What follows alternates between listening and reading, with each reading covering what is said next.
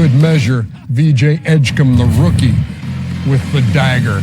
113-97. Boston scores 11 points in the fourth quarter on 3 of 22 shooting and blow a chance to advance in 5 games. So, Jaylen Brown, what happened? Just overall, just not good enough tonight. Can't sum it up where. Just, a lot of different areas. We had a chance to win and pull away. We was up 13 and we didn't take advantage of it. So we're all to blame, but we just got to watch it and respond and get better and move forward. Joel was dominant. He went to the post and he scored and he scored and he scored.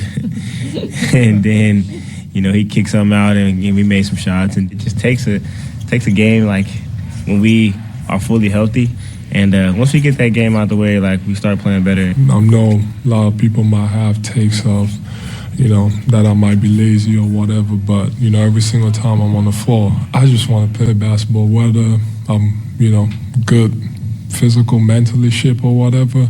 I just want to enjoy these moments.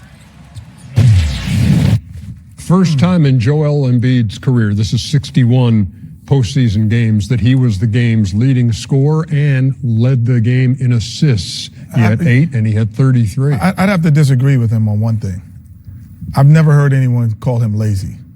I think that what I've heard, well, at least I'm just going to say what I've heard here, is take advantage of your advantage. And so don't let people off the hook.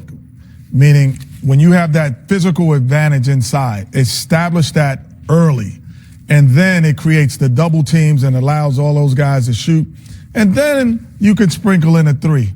But at times he starts with a 3. Lazy has never been a word that I've never heard here, at least, associated. No, nobody ever called him lazy. But it frustrates. He used to get mad at me and Shaq because this guy, Hakeem, Joel and Hakeem. Similarities. No. As far as in the post with the footwork. Yeah, similarities. They the 2 best I've ever seen. If they get the ball in the post. Kevin McHale. I don't want to, he's the best I ever played against. But you talking about getting there and can go all these different moves. Nobody can guard him in the post. And when he shoot threes, he drive me and Shaq crazy. And he should always go in the post. You have to double him. One guy can't stop him. Because 2 things going to happen. Well, 3 things going to happen. He's going to score, he's going to miss, or he's going to get fouled. And let me tell you something. 2 out of those are pretty damn good if you're a big guy. If you're going to score, get the other team in foul trouble, because you get your guy in foul trouble, but you get your team in the penalty, you're going to miss some shots. But the Celtics had to, once the house was on fire, they had to start doubling him, and they got those other guys going. Before you jump in here, Shaq, let's take a look at this, the shot selection in Game 5. First half, 5 out of 8. That's enough 2, said. 7 out of 10 in the second half. Did not take a 3-pointer in the second half. No need to. Because what he needs to understand that when you take a 3, you're taking the easy route. There's no easy way to win the championship. Kenny already said it. Take advantage of your advantage. When you go 7 for 10, now they're going to double. Now you're going to get your other guys involved. Maxey and VJ is working a little too hard for me to get points. I would rather Joel and B go inside first, start to dominate, and make it easy for him. Because if you got to, if you throw the ball and you got to rotate to Maxey and VJ, there's no way you can get to him. So if he plays like this, they'll win. Am I crazy to say there's going to be a Game 7 in Boston? Listen, the Celtics are the easiest team. Out of all the teams in the NBA, the Celtics are the easiest to scout. They're not going to change.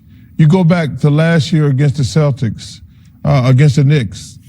They missed all those threes and blew a 20-point lead. Then the next game, they're like, we're not going to change. Then they missed all those threes and blew a 20-point lead. Then they went to New York and started making shots. The Celtics are not going to change. They're going to go to Philly, and you saw the games.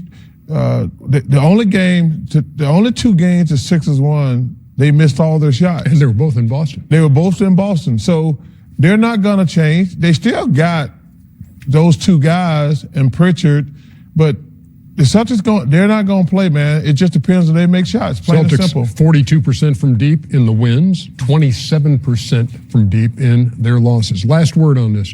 Yeah, well, I said this in game, even the first game Joel came back. Regardless of what he does, he's aggressive. And so he took a high number of shots in both games. So he changes your game plan by being in there. You cannot just sit there and say, well, we're going to go figure out if he's going to be Joel Embiid. And so now you know he is. 33 points, umpteen assists, umpteen rebounds. You know, you have to double him. And that creates spacing for Maxey. So Maxey can get 28 when he's not there, but they're hard. He goes home and ices up. He can get 22 of the easiest points he's ever played with, and playing with Joel Embiid on the court. So can Edgecombe. They just look so much more efficient, Shaq, when he's on the court, even though they're not scoring at the same proficiency when he's not there. If Joel Embiid is playing the right way, you got to dominate. You got to take those high percentage shots. That's how you win, and that's how you dominate.